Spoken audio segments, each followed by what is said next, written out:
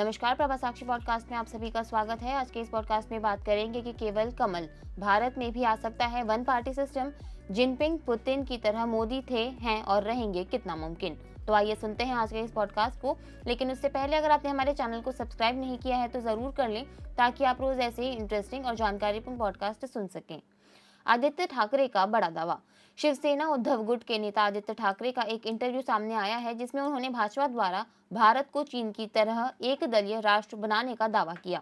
यही बात उनके पिता और शिवसेना उद्धव यूबीटी प्रमुख उद्धव ठाकरे भी यवतमाल जिले के दिग्रास में एक रैली को संबोधित करते हुए दोहराई और कहा कि भाजपा की वन नेशन वन पार्टी की योजना को कभी स्वीकार नहीं किया जाएगा, और दावा किया कि प्रधानमंत्री नरेंद्र मोदी का करिश्मा खत्म हो रहा है। ठाकरे ने कहा कि एक राष्ट्र एक कानून को समझा जा सकता है, लेकिन हम भाजपा की एक राष्ट्र एक पार्टी योजना को कभी स्वीकार नहीं करेंगे। नेशनल कॉन्फ्रेंस के प्रमुख फारूक अब्दुल्ला ने इससे पहले अप्रैल के शुरुआती महीने में दावा किया था कि भाजपा देश में रूस और चीन जैसा शासन दोहराना चाहती है। तमाम चर्चाओं के बीच आज आपको बताते हैं कि पॉलिटिकल पार्टी सिस्टम क्या होता है, भारत के परिप्रेक्ष्य में वन पार्टी सिस्टम का मतलब क्या है और ये चीन के पार्टी सिस्टम से कितना भिन्न है। भारत और चीन, गांधी और माओ।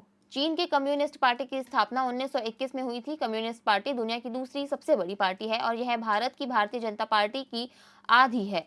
साल 1917 में सोवियत संघ में लेनिन के नेतृत्व में अक्टूबर समाजवादी क्रांति की जीत के बाद कम्युनिस्ट विचारधारा पूरे चीन में फैल गई, जिसके बाद चीन के विचारकों को यह लगने लगा कि देश को एकीकृत करने के लिए मार्क्सवाद ही सबसे ताकतवर हथियार है। 1919 में चीन में साम्राज्यवाद और सामंतवाद के खिलाफ आंदोलन शुरू हो गया। इसी दौरान वहां मजदूर वर्ग एक बड़ी ताकत बनकर उभरा। माओ तुंग ने जुलाई 1921 को सीपीसी की स्थापना की थी। साल 1937 में चीन पर जब जापान ने आक्रमण कर दिया था, तब कम्युनिस्ट और राष्ट्रवादी सेना आपस में मिल गई, लेकिन जापान के हारने के बाद इन दोनों के बीच गृह युद्ध छिड़ गया। इस दौरान राष्ट्रवादी सेना पर कम्युनिस्ट सेना भारी पड़ी और 1949 में पूरे चीन पर माओत्से तुंग का शासन हो गया। 1949 में बना चीन, जिसकी पहचान एक देश से ज्यादा कुछ चेहरों से होती रही। माओत्से तुंग चीन के पहले राष्ट्रपति और दुनिया के कई हिस्सों के लिए एक तानाशाह। 1 अक्टूबर 1949 को जब माओ ने चीन की आजादी की घोषणा की, तो खुद को उस देश का सबसे बड़ा नेता भी घोषित कर दिया।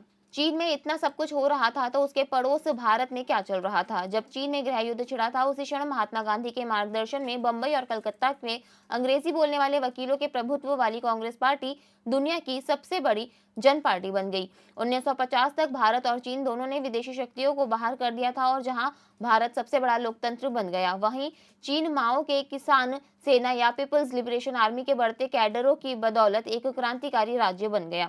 आने वाले दशकों में भारत एक बहुदलीय लोकतंत्र बन गया, जबकि इसके उलट चीन में सिंगल पार्टी सिस्टम।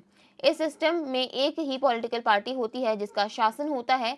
ये अधिनायकवादी सिद्धांत सबसे पहले राजतंत्रों में पाया जाता था, बाद में तानाशाही हुई और अब यह व्यवस्था कुछ लोकतांत्रिक देशों में मौजूद है। हालांकि ऐसे शासनों में भी केवल दिखावा दिखाने के लिए चुनाव कराए जाते हैं। मतदाता की पसंद केवल एक उम्मीदवार तक सीमित है। चीन में कम्युनिस्ट शासन के तहत एक दलीय शासन है तथा चीन की कम्युनिस्ट पार्टी के पोलित ब्यूरो का प्रमुख ही राष्ट्रपति बनता है। चीन में राष्ट्रपति के चुनाव सीधे जनता मतदान नहीं करती है। उदाहरण के लिए चीन की कम्युनिस्ट पार्टी को लेते हैं, जिसमें 5 अलग अलग बॉडी होती है और इसमें पावर हायरार्की का सिस्टम फॉलो होता है। मतलब सबसे ताकतवर ऊपर और उसमें कम ताकतवर उससे नीचे। पार्टी में सबसे ताकतवर जनरल सेक्रेटरी का होता है। इस पद के लिए हर 5 साल में चुनाव होते हैं। Bi party system. इस सिस्टम में 2 पॉलिटिकल पार्टियां होती हैं। पार्टियों का मतदाताओं का पर्याप्त समर्थन मिलता है। उनमें से एक सत्ताधारी पार्टी है। यह इस पर निर्भर करता है कि चुनाव में किस पार्टी को बहुमत मिलता है। संयुक्त राज्य अमेरिका और United kingdom bi party system के उदाहरण हैं। अमेरिका में डेमोक्रेटिक और रिपब्लिकन पार्टियां मुख्य पार्टियां हैं और यूके में लेबर पार्टी और कंजर्वेटिव पार्टी 2 मुख्य पार्टियां हैं। Multi party system. इस सिस्टम में कई पॉलिटिकल पार्टियां होती हैं। भारत और कई यूरोपीय देशों में बहुदलीय प्रणाली है। बहुदलीय में इस प्रणाली में कई पार्टियां मिलकर गठबंधन सरकार बनाती हैं और अपनाती हैं। भारत में एक ही पार्टी का होगा राज। भारत में पहली ऐसी स्थिति नहीं है कि किसी एक पार्टी को लगातार 2 चुनाव में जीत मिली हो, न ही कोई ऐसी पहली दफा हो रहा है कि किसी एक पार्टी का कई सारे राज्यों में शासन है। जवाहरलाल नेहरू के वक्त में कांग्रेस देश के अंदर सबसे मजबूत स्थिति में थी और उनके सामने विपक्ष महज औपचारिकता की भूमिका में था। हमें यह समझने की आवश्यकता है कि लोकतंत्र में एक दल के प्रभुत्व की व्यवस्था कोई नई नहीं है। नेहरू एरा को भी स्वर्णिम काल नहीं कहा जा सकता। वहां भी नागरिक अधिकारों पर कुछ पाबंदियां लगाई गई थी। उस समय भी केरल की सरकार बर्खास्त की गई थी। उस वक्त बहुत सारे राज्यों में कांग्रेस की सरकारें थी। रूस और चीन से तुलना कितनी जायज? रजनी कोठारी ने जब कांग्रेस प्रणाली शब्द का इस्तेमाल किया तो उस प्रणाली के भीतर अलग अलग स्वर भी उसमें उभर कर सामने आए, लेकिन धीरे धीरे इस प्रणाली की खामियां भी सामने आने लगी। इसमें प्रभुत्वशाली जातियां तो आ जा रही थी, लेकिन पिछड़ी जातियों को उतना स्थान नहीं मिल पा रहा था। फिर राम मनोहर लोहिया ने उन्हें गोलबंद करके एक वैकल्पिक राजनीति तैयार की थी। चीन और रूस की तुलना भारत से करने से पहले वहां के शासन व्यवस्था को देखना होगा। चीन में एकल पार्टी व्यवस्था है और छोटी छोटी पार्टियां वहां अस्तित्व में तो हैं, लेकिन सरकार बनाने की ताकत केवल कम्युनिस्ट पार्टी के पास है। वहीं रूस में पुतिन पिछले 2 दशक से ज्यादा वक्त से सत्ता के शीर्ष पर बने हुए हैं। विरोधी या विपक्ष की आवाज उठाने को लेकर अगर हम एलेक्सी नवलनी के उदाहरण पर गौर करें तो सारे जवाब अपने आप मिल जाएंगे, लेकिन भारत में इस तरह की बात करना कल्पना से परे लगता है। आज के लिए इतना ही। अगले पॉडकास्ट में किसी और मुद्दे पर देंगे आपको विस्तृत जानकारी। तब तक के लिए जुड़े रहें प्रभा साक्षी के साथ।